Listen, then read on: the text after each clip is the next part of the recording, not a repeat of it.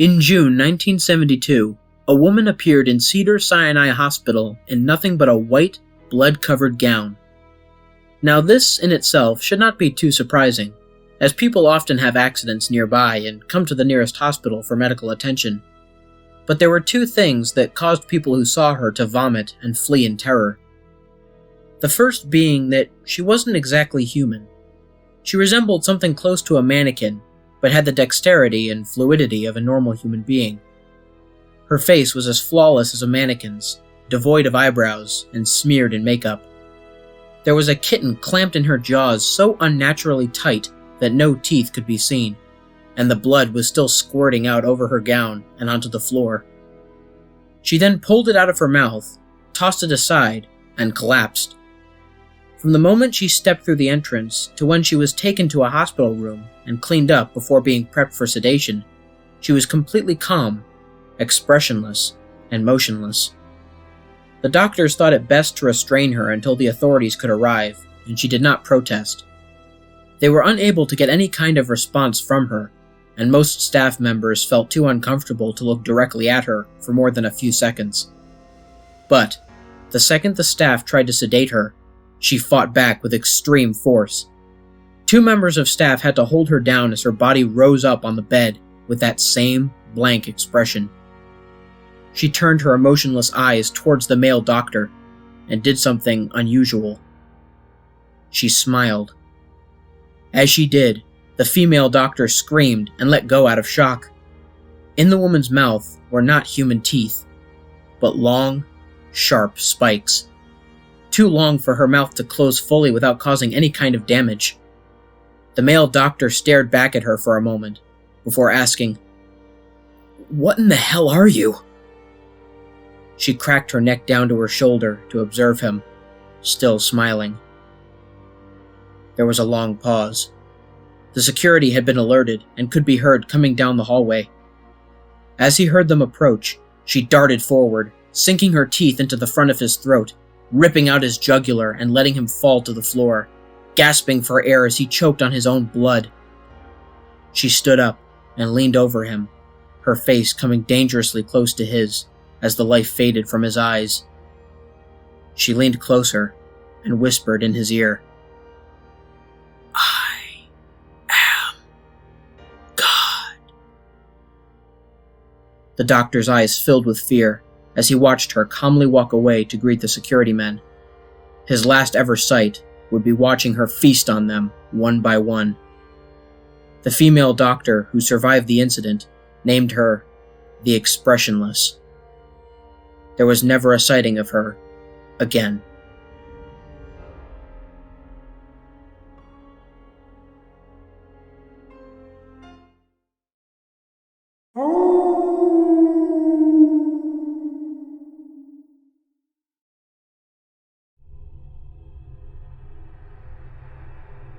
Please note, the following story is told in the form of an email. Subject: Bree, please read this. Bree, don't delete this. I know you hate me, but we were best friends once, and I need you to read this. I think I'm in serious trouble, and there's nothing you can do, but I need you to read this so you understand. I know we haven't talked since sectionals. It's been forever, but what happened to you wasn't my fault. At least, it wasn't entirely my fault. I know everyone thinks it was, but I would never do anything to hurt you. This is going to sound crazy, but I need to tell you this so that someone knows. It started when we were in the 8th grade. It was the night before the Crystal Classic competition. I was at home and I couldn't sleep because I was so nervous about competing. Well, I got on the computer, just sorta surfing the web and stuff, but I couldn't concentrate on anything. I was just sitting there, so I Googled myself. I never should have done that, Bree. At first, it was all the usual stuff you find when you Google yourself. Then, I found a link to a Wikipedia page about me. I thought our club or my dad made it or something. There wasn't much there, just some basic facts about skating, what city I lived in. But the thing that got me was that it said I won that year's Crystal Classic. I laughed. I thought for sure someone just did it to encourage me. I confronted my dad about it, but he denied it.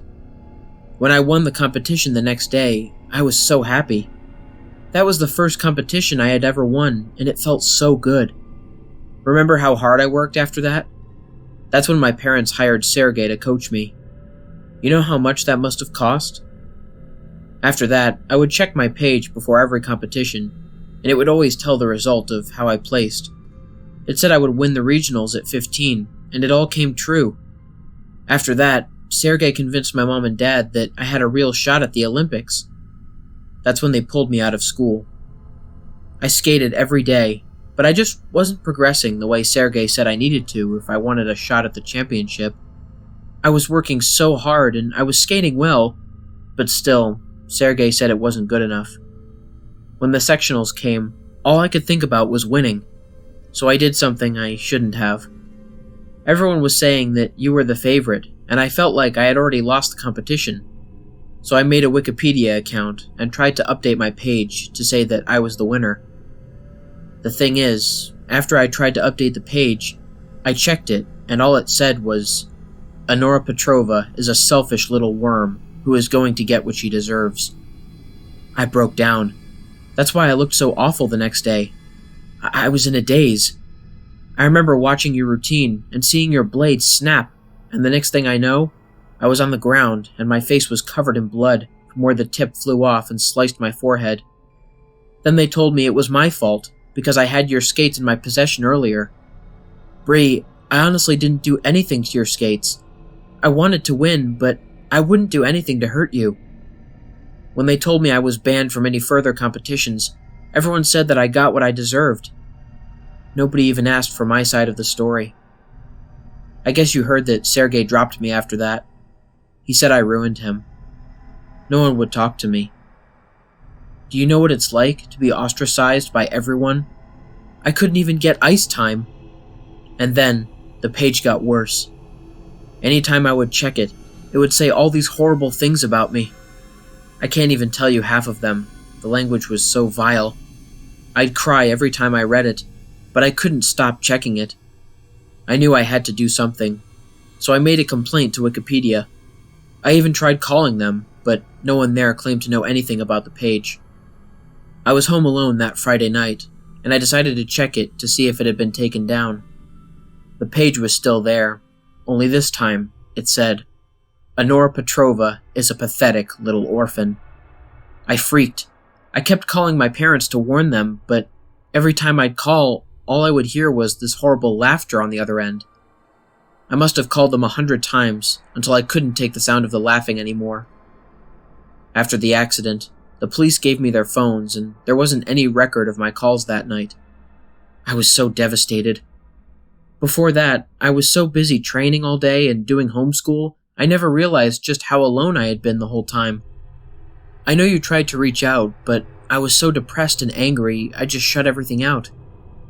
Once I turned 18 and got the settlement money from the court, I came to Switzerland. I got to reinvent myself. My skating really took off. It hasn't been a year, and I feel like everything that happened was so long ago. That's why I shouldn't have done it, Bree. I'm writing to you now from an old hotel outside of Prague. I'm auditioning for the ice circus tomorrow. I know it's the kind of thing we used to make fun of, but I really want this.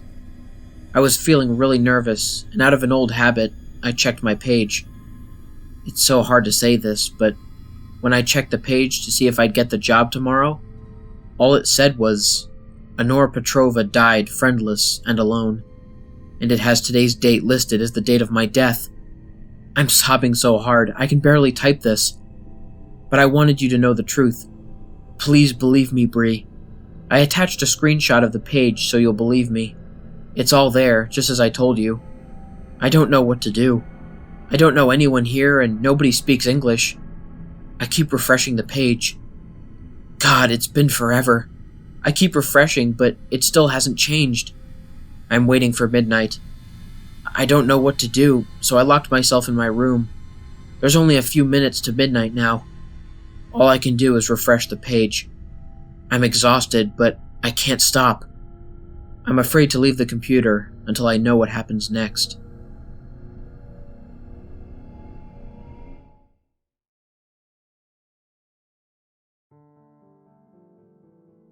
What's up, everybody? This is the Lone Wolf here. Thank you so much for listening. I hope you guys enjoyed my narrations of The Expressionless and Annora Petrova. If you are new to my channel, please consider liking, sharing, and subscribing if you enjoyed the stories. Hit that bell for notifications and join the Lone Wolf Pack. If any of you guys want to send me a message, like a personal scary story or a creepypasta recommendation, or you just want to talk to me, there will be a link to my email account, my Twitter account, and my Discord server in the description. There will also be links in the description for all of the music artists that I used in this video, along with each individual track that I used for those of you interested in the music. And last but certainly not least, if any of you guys have any ideas or tips for me to make my videos better, please leave me a comment or send me a personal message. Until next time, stay spooky. And remember, the hunt begins when the moon is full. Sweet dreams.